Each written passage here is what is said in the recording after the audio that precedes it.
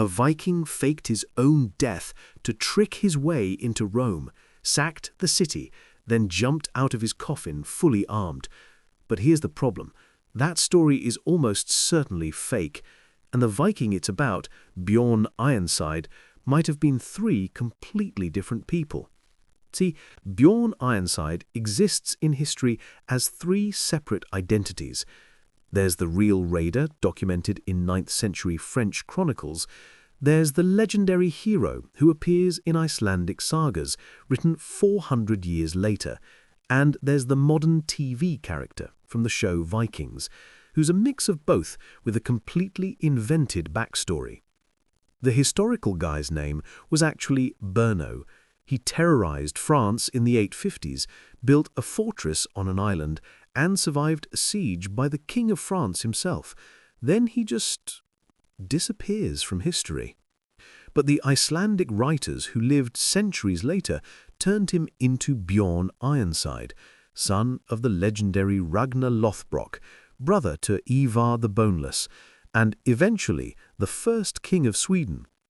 And modern TV took that legend and changed his entire family tree to make better drama. Well, here's what we know for sure. Someone led 60 Viking ships on the most audacious raid in medieval history, sailing from France through the Strait of Gibraltar and deep into the Mediterranean. They attacked Muslim Spain, sacked multiple Italian cities, and used that coffin trick to break into a fortress. But only 20 ships came back. Let me show you what actually happened. The story starts in the summer of 855 AD. A Viking chieftain, the French called Berno, sails up the river Seine with a fleet of longships. He's working with another raider named Sigtryg, and together they start hitting targets inland.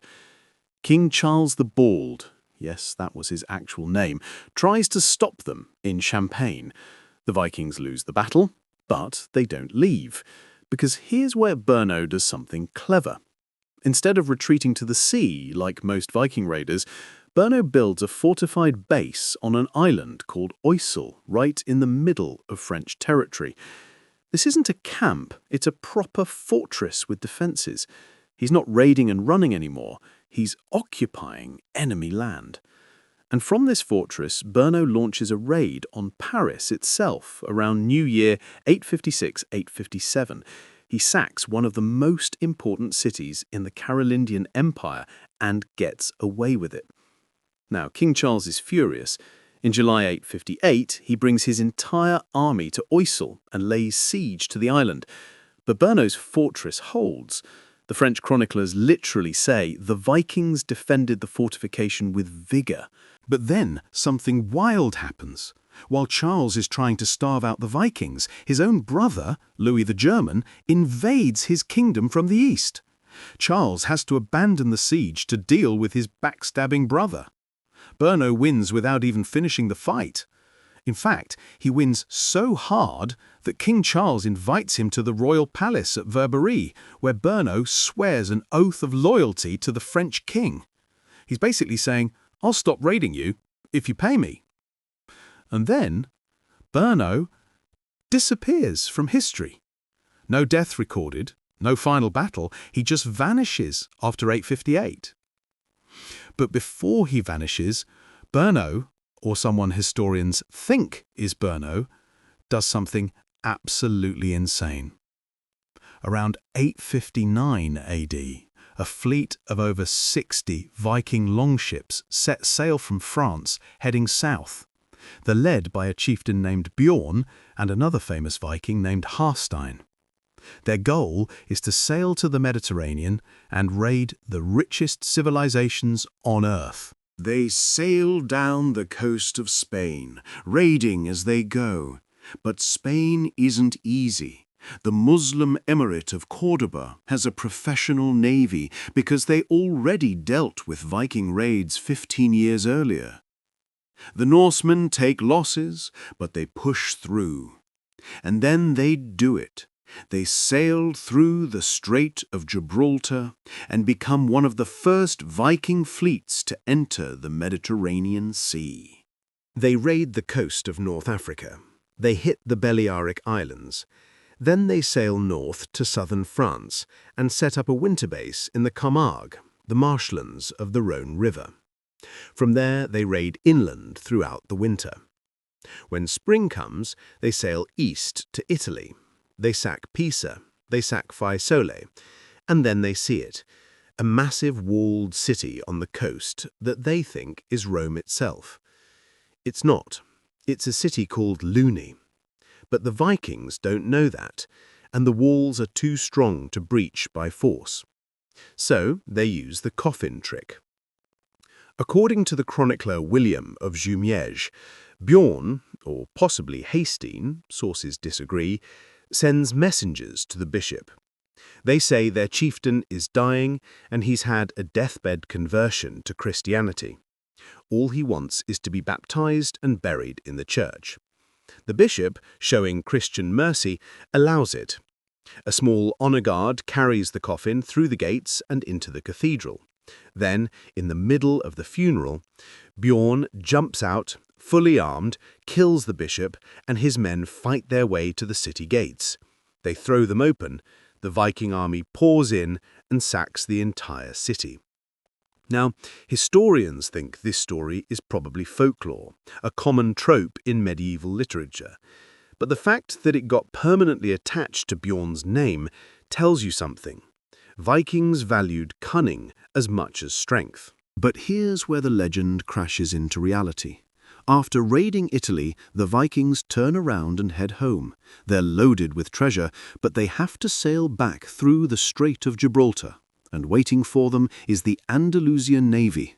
The Muslims don't fight fair. They use fire catapults, basically Greek fire, and they absolutely destroy the Viking fleet. Some sources say Byzantine ships help them. Either way, it's a massacre. Out of 60-plus ships that left France, maybe 40 are lost to battle and storms. Only about 20 limping longships make it back.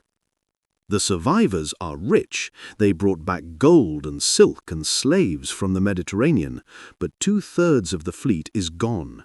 The expedition proves that Vikings can raid the Mediterranean, but barely. It never happens again on that scale. So if the historical Berno vanishes in 858 and the Mediterranean raid ends in 861, the legend of Bjorn Ironside, King of Sweden, comes from somewhere completely different. That's where things get really interesting. Fast forward 400 years, it's the 1200s in Iceland, and Saga writers are compiling the old stories about Viking heroes. They write the tale of Ragnar's sons and the saga of Ragnar Lothbrok. In these sagas, Bjorn isn't just a raider.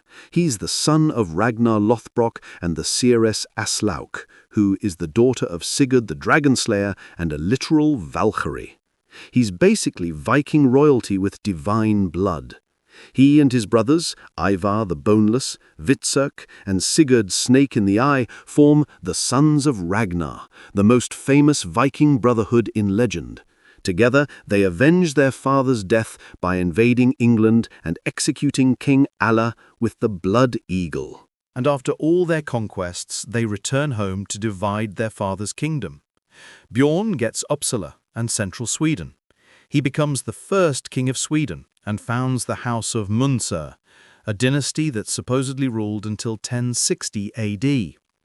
There's even a massive burial mound on the island of Munster in Sweden that's been called Bjorn Ironside's Mound since the 1700s. But here's the problem. Historians don't believe any of this. The sagas were written 300, 400 years after Bjorn's time. Early Swedish king lists don't mention Ragnar's family.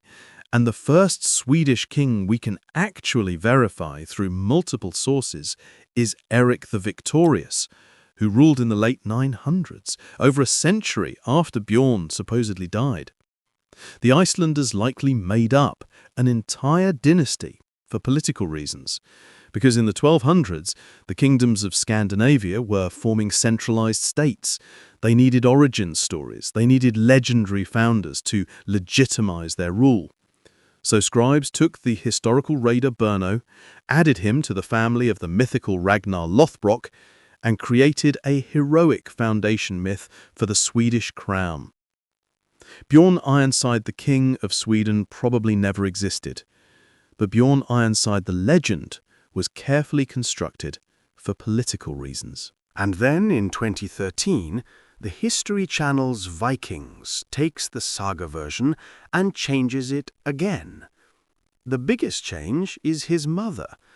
In the sagas, Bjorn's mother is Aslaug, the mystical seeress, but the show makes his mother Lagatha, the shield maiden warrior. This creates an entirely new dynamic. Bjorn is now torn between his mother and his father's second wife, and his rivalry with his younger half-brother Ivar becomes the emotional core of the show. The show also gives him a death the sagas never did. In the final season, Bjorn is mortally wounded by Ivar, but rides out one last time to face an invading army. They think he's a ghost. He dies standing up, inspiring his people to victory.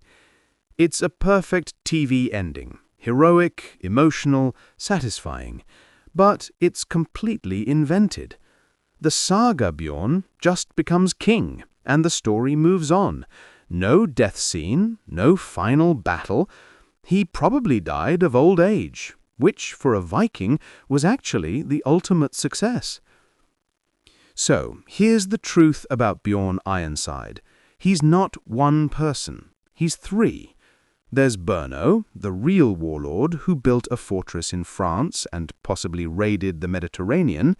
There's the saga hero, invented centuries later to give Sweden a legendary origin. And there's the TV character, rebuilt for modern drama. All three are real in their own way. Because the story of Bjorn Ironside isn't about history. It's about how we turn history into legend, and how every generation rebuilds those legends to mean something new. The Viking Age ended 1,000 years ago, but we're still telling stories about it. And maybe that's the real victory.